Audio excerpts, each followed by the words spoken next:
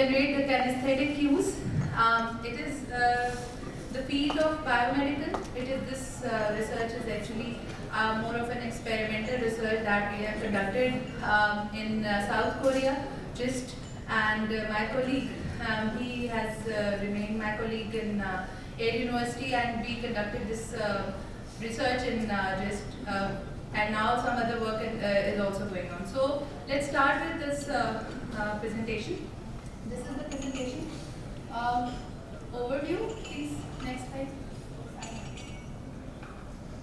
So, in this presentation, I will be talking about brief introduction related to the stroke and its effect, and how there are many different rehabilitation techniques, and then why did we feel this need of introducing this device for the stroke patients, and how we can actually enhance this project in future as well.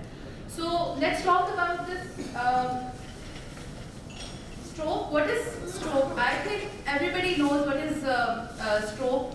Stroke is actually when it occurs when the blood supply to the brain is interrupted or reduced. So this actually deprives your brain of the oxygen and the nutrients, which causes your brain cells to die. And there are many different effects that are caused by the stroke, that include the hemiparesis, emotional problems, pain, paralysis. These are all the different type of symptoms that occur. Then again, I would also add that there are many immediate effects of the stroke that you can see. I've mentioned here as well, that include the paralysis, weakness in limbs, that can be restored with some rehabilitation. But then there are some other effects that are permanent, that cannot be changed, but yes, assistance can be provided to the patients. So then we talk about the hemiparesis. Hemiparesis is actually something that 8 out of 10 stroke survivors, it occurs to them. It is actually something that causes the weakness or the inability to move on one side of the body. So for that purpose, that its effect is that you can lose the balance, and maintaining balance is very difficult, and walking again, maintaining the gait, proper gait, is also very difficult in this case.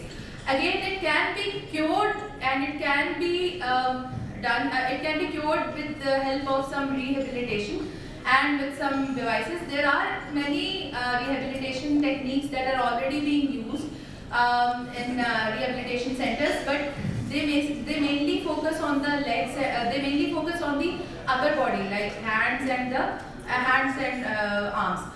But this research is basically focused on the standing posture. I'll be discussing about it in the coming slides. So the next thing is the next slide. No. So again, the rehabilitation. Again, when we talk about the rehabilitation, it includes a lot of things.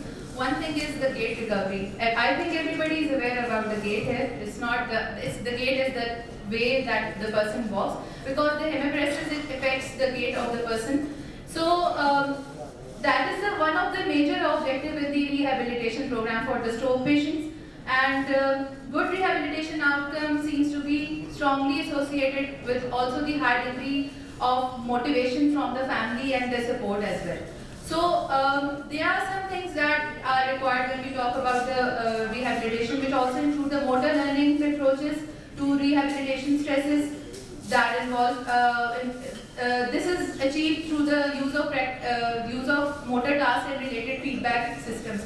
So various rehabilitation systems have been developed already, that I already told you. But utilizing the kinesthetic modality to deliver the biofeedback systems, biofeedback to aid rehabilitation has, but they have been mostly focused on the hands area. So this research basically will be in the next slide. If you see, this is the basic design that we have produced in this paper, that in order to free the user's hand. If you see that in the last slide, if I show you the pictures here, so these are basically the gait recovery method that are used using the walkers and canes. But again, for the gait recovery, we are proposing one more method here, that to free the hands, and we are actually introducing this device. This is a wearable device that is actually made up of some low cost and very lightweight materials, and such so that the user that is wearing it should be comfortable enough to wear it. So the system that we have developed, it basically utilizes the reaction wheels and that to generate the kinesthetic haptic cues. So kinesthetic haptic cues means that the kinesthetic is something for those people who don't know. Kinesthetic means that the input to the body. For example, the senses that our body is getting, our brain is getting by moving our muscles, by the physical interface of our body with anything. This is called the kinesthetic input. So artificially we are going to introduce the kinesthetic haptic cues for the person who is suffering through the stroke, and that haptic cues will be provided by the wheels that we have introduced over here.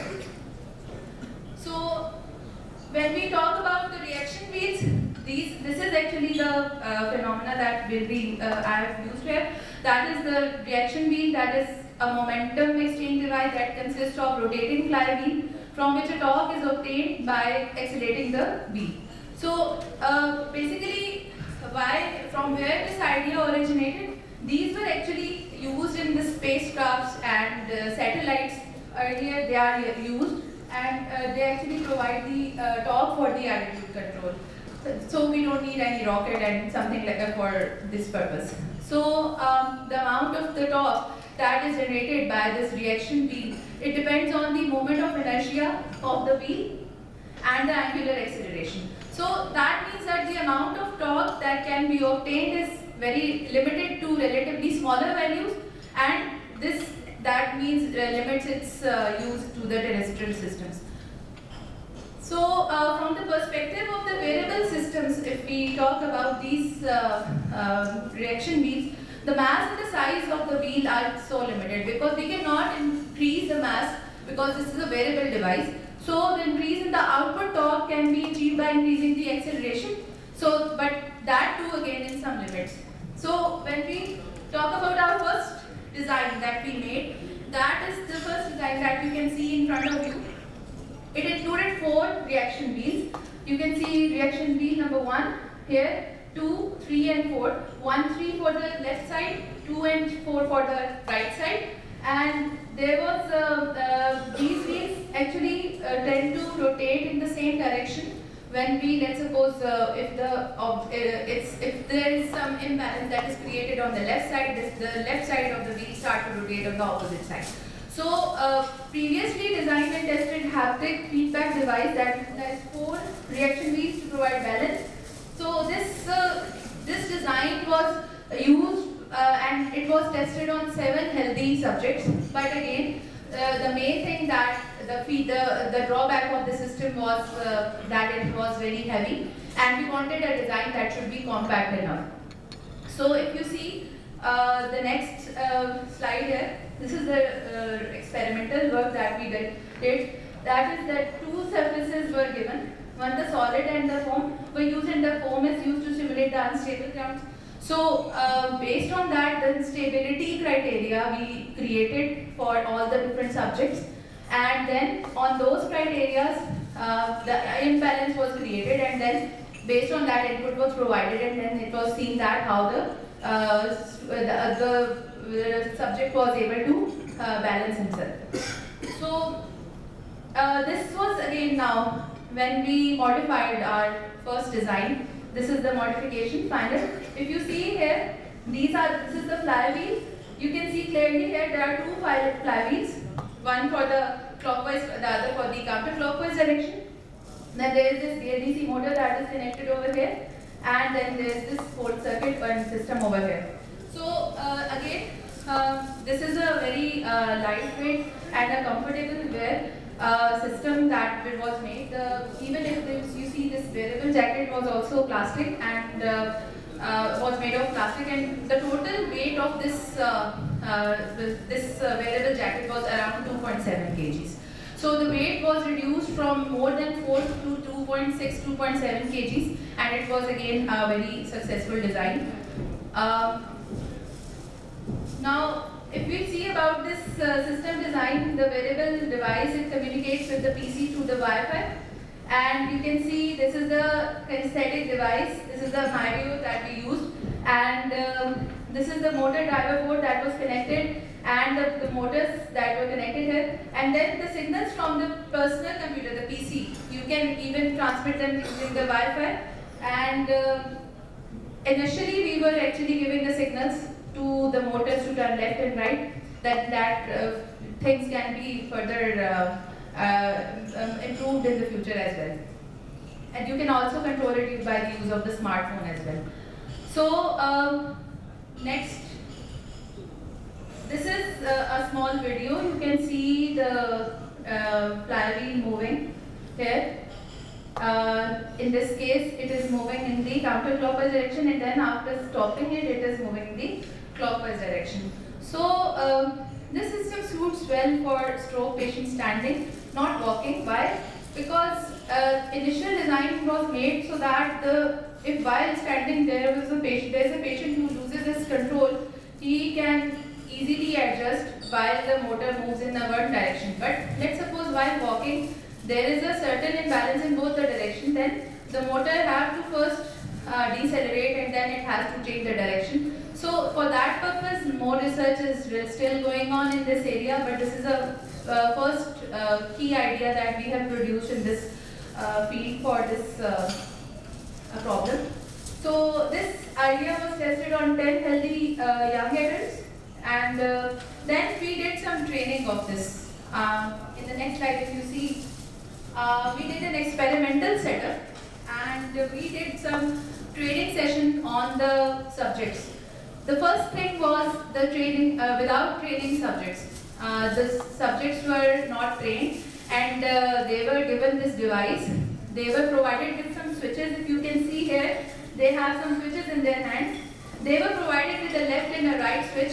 So when the motor turns on for the left and for the right, they had to press the button that for which they are sensing, the kinesthetic cue for which area they are getting. So they pressed the left or the right button. Then they were trained, this was untrained session, then they were trained, the subjects were trained, there were 3 lights in front of them, the left, none and the right. The left and the right means that the left side motor is turning on, the right means the right motor is turning on, the none means that both the motors are turning on, so that they are cancelling the right. So when we turned on the motor, we turned on the lights, and this way we were training the subject. So while training the subject, their accuracy and the results improved, and we jumped to a very high accuracy. But again, it also had a lot of standard deviation, because again the subjects learning vary from person to person. So some people were learning it very quickly, some were learning and taking a lot of time. So it depends on the subject as well. So you can see these are the very specification of this device. It has a mass of around 2.7, and that is the maximum force that is generated by the device, that haptic cue that I was talking about. This is the force, or the kinesthetic force that I was talking about, that is 3.16 Newton that is generated. So you can see this is the 2000 RPM, and at this is the value, the force that is generated. So this is the final result for the trained and untrained value that I was just talking about, and I think this is the last slide. So you can see here that the untrained value mean is 62.3, the subjects when they were not trained. But when they were trained, the value jumped to 90.3. So it is again one of our achievement for this paper. And this is the conclusion that I think I have already discussed about it, but let's just talk a little about it. So the device presented was tested to evaluate its performance as directed force cue generation device that I told you, and the test results indicate that the system was successfully ineffective delivering the cues. The cues were effectively delivered, and in the trained as well as in the untrained. The outcomes of this research pave the way for future studies, and again I told you this is one thing for the standing position. We can also work on the subjects with the walking in the walking phase as well. These are some references. Thank you. Thank you so much. Thank you, Sharif. Thank you very much. We will take the questions, answers later.